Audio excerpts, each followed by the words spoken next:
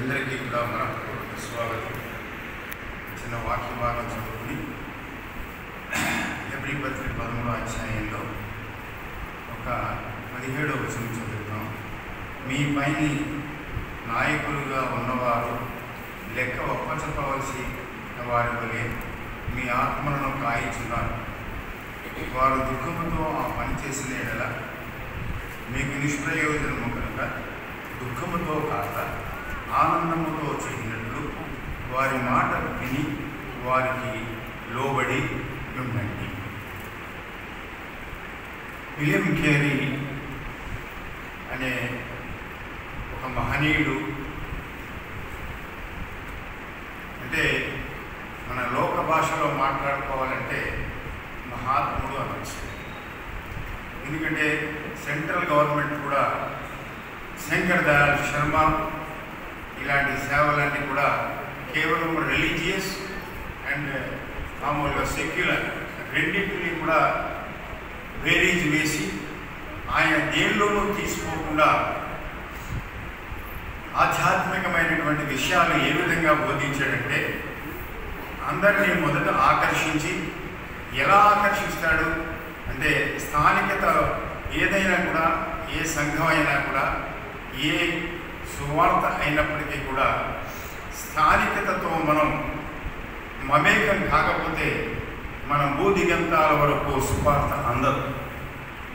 మనం సాధారణంగా ఏం చేస్తామంటే వాళ్ళు అన్యులు, వాళ్ళు పలానా ఉన్నారు అనేటువంటి బాధలు. కానీ విలియం కేరీకి అలాంటి అడ్డుగోడలు లేవు.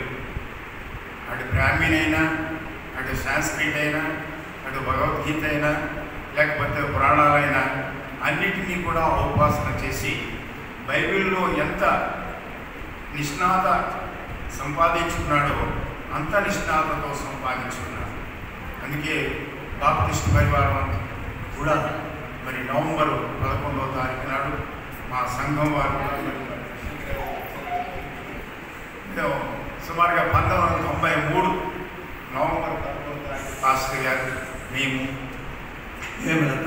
మా దగ్గర పిచ్చయ్య గారు ఉండేవారు.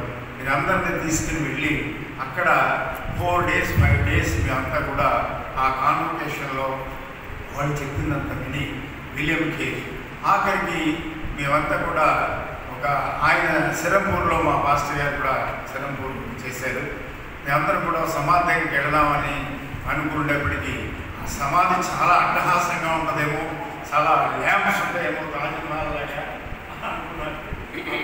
గడ్డి పోసేసి దాని ఏమీ లేదు. ఏంటంటే ఇంత పెద్ద మా భారతావనికి ఇంత సేవ చేశాడు, అలాగే మానవ జాతికి ఈ క్రైస్తవ రక్షణ అనే ఆనందాన్ని ఇచ్చాడు, ఈయనకి ఏంటి ఇంత సింప్లిసిటీ అంటే ఒక ఆయన అన్నాడు. అంటే మనం అందరం కూడా ఏదైనా మనం మాట చెప్పకపోతే చాలా ఇబ్బంది పడతాం. ఎవరైనా కూడా మెమోరియల్ సర్వీస్లో కానీ, జయంతి కానీ, వర్ధంతిలో కానీ ఏమండి మా నాన్నగారు ఇంత చేశారు, ఆయన గురించి ఒక మాట పలకలేదే అని మనం అంటాం. కానీ ఆయన అలా అనలే. అయ్యా మీరు విలియం కేరీ అంత పెద్దవాడు ఇంత పెద్దవాడు అని చెప్పలేదు, కానీ అంత పెద్దగా చేసిన ఆ యొక్క రక్షకుడిని మాత్రం మీరు స్తుతించండి అనే మాట ఎంత సింప్లిసిటీయో, నిరాడంబరత్వం. అయితే ఆయన అన్ని కోణాల్లో కూడా చేశారు. నేను పోస్టల్ వాడిని కాబట్టి మా పోస్టల్లో సేవింగ్స్ అన్నీ చేశారు. అయితే పోస్టల్ ఉత్తరాలు కూడా పెన్ ప్రింట్ సిస్టమ్ అని, ఇదివరకు ఫారిన్ వెళ్ళాలంటే చాలా కష్టం. ఆయన మన ప్రెసిడెంట్ గారు చెప్పారు, 4 నెలలు యూకే నుంచి ఇక్కడికి వచ్చాడు. ఇది ఆసియా ఖండం, యూకే యూరోప్ ఖండం. 4 నెలలు పెడితే ఈ 4 నెలల్లో కూడా భాషా జ్ఞానం. అందు గురించి మన అందరం కూడా ఆ స్థానికత, ఆ భాష, ఆ యాస ఈరోజు కూడా అది అవలంబిస్తున్నారు. ఈరోజు మార్వాడి షాప్స్ ఉన్నాయంటే వాళ్ళు ఫస్ట్ చేసేది తెలుగు భాష దగ్గరికి వెళ్ళి ఒక క్లాస్ తీసుకుని కొలోకియల్ లాంగ్వేజ్ నేర్చుకుంటారు. ఆయన కూడా ఆయన యొక్క ట్రేసెస్సే ఈరోజు ఆ వ్యాపారంలో కూడా రాణిస్తున్నారు. కాబట్టి ఈ ప్రత్యేకంగా మ్యాచ్లో చాలామంది ఉంటారు. చాలామంది ఉన్నప్పుడు ఫుట్బాల్ అంత బాగా ఆడతారు. ఓడినా చేసినా కూడా సన్మానం చేసేటప్పుడు ఎక్స్ట్రా ప్లేయర్స్ మమ్మల్ని కూడా ఇంత గౌరవించి మరి ఎక్కడికి వెళ్ళినా కూడా ఎంతో ఆప్యాయతగా కలిసినటువంటి మన ప్రెసిడెంట్ గారు, సెక్రటరీ టీచర్ గారు, అలాగే మా సంఘ సభ్యుల సెక్రటరీ పరిశుద్ధ వేదిక మీద మరి అనేక మంది దైవజనులు ఉన్నారు, నాయకులు ఉన్నారు, అలాగే అభిముఖంగా ఆశీనులై ఉన్నటువంటి వాళ్ళంతా కూడా చాలా ప్రముఖులు ఉన్నారు. అలాంటి వారి మధ్యలో పాస్టర్ గారు చెప్పినట్టుగా జయంతి అనేది ఒకనాటిది కాకుండా అనుదినం చేస్తే బాగుంటుంది అని చిన్న చేస్తే ఆయన గురించి ఒక మాట రాశాను.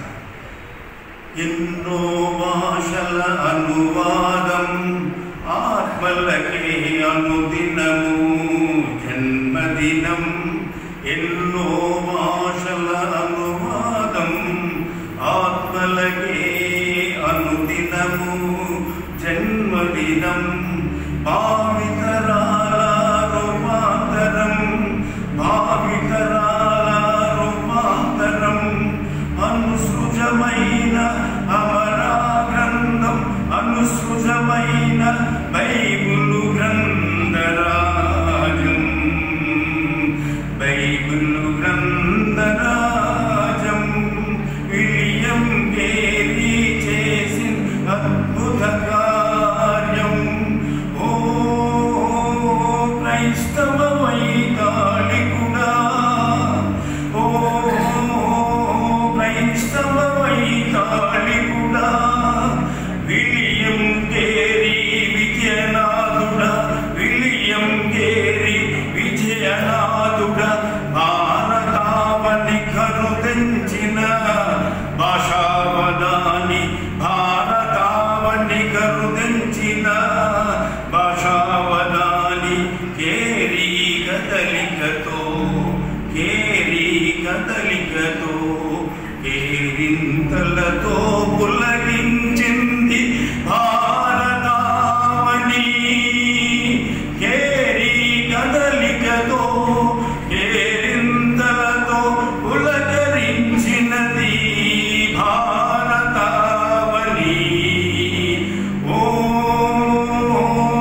క్రైస్తవ వైతాళికుడా, విలియం కేరీ విజయనాథుడా.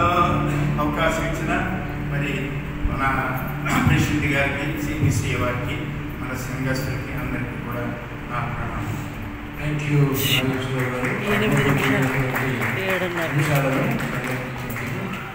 చెల్లిస్తున్నాం. మరి ఇప్పుడు బైబిల్ రీడింగ్ అండి.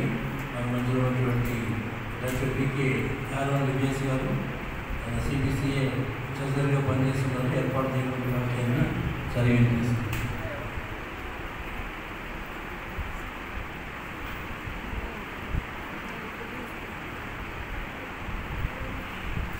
ఈ సాయంకాలము ధ్యానించుటకు ఏర్పరచుకున్న వాక్య భాగము యెషయా గ్రంథము 54వ అధ్యాయము 1 నుండి 6 వచనాలు చదువుతున్నాము. గొడ్రాల పిల్లలు కనిదాన జయగీతం ఎత్తుము, ప్రసవ వేదన పడినదాన జయ కీర్తనలెత్తి ఆనందపడుము. సంసార పిల్లల కంటే విడవబడిన దాని పిల్లలు విస్తారమవుతురని యెహోవా సెలవిచ్చుచున్నాడు. నీ గుడారపు స్థలమును విశాలపరచుము, నీ నివాస స్థలముల తెరలు నిరాకంటముగా సాగనిము. నీ త్రాళ్లను పొడుగు చేయుము, నీ మేకులను దిగగొట్టుము. కుడి వైపునకును ఎడమ వైపునకును నీవు వ్యాపించదవు. నీ సంతానము అన్య జనుల దేశమును స్వాధీనపరచుకొనుము. పాడైన పట్టణములను నివాస స్థలములుగా చేయును. భయపడకుము, నీవు సిగ్గుపడనక్కరలేదు. అవమానమును తలంచకుము, నీవు లజ్జపడనక్కరలేదు. నీవు నీ బాల్యకాలపు సిగ్గును మరచుదు. నీ వైరవ్యపు నిందను ఇక మీదట జ్ఞాపకము చేసుకొనవు. నిన్ను సృష్టించిన వాడు నీకు భర్త అయి ఉన్నాడు. సైన్యములకు అధిపతి యెహోవా అని ఆయనకు పేరు. ఇశ్రాయేలు యొక్క పరిశుద్ధ దేవుడు నీకు విమోచకుడు. సర్వలోకములకు దేవుడని ఆయనకు పేరు. నీ దేవుడు ఈ మాట సెలవిచ్చుచున్నాడు. విడవబడి దుఃఖక్రాంతులైన భార్యను పురుషుడు రప్పించినట్లుగా తృణీకరింపబడిన యవనపు భార్యను పురుషుడు రప్పించినట్లుగా యెహోవా నిన్ను పిలుచుచున్నాడు. దేవుడి